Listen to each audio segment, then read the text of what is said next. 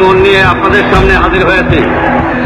আজ বাংলার মানুষ মুক্তি চায়, বাংলার মানুষ বাঁচতে চায়, বাংলার মানুষ তার অধিকার চায়।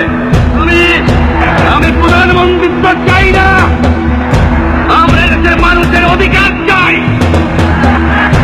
তোমাদের যা কিছু আছে তাই নিয়ে শত্রুর মোকাবেলা করতে হবে এবং তোমাদের যা কিছু আছে তাই নিয়ে প্রস্তুত থাকো।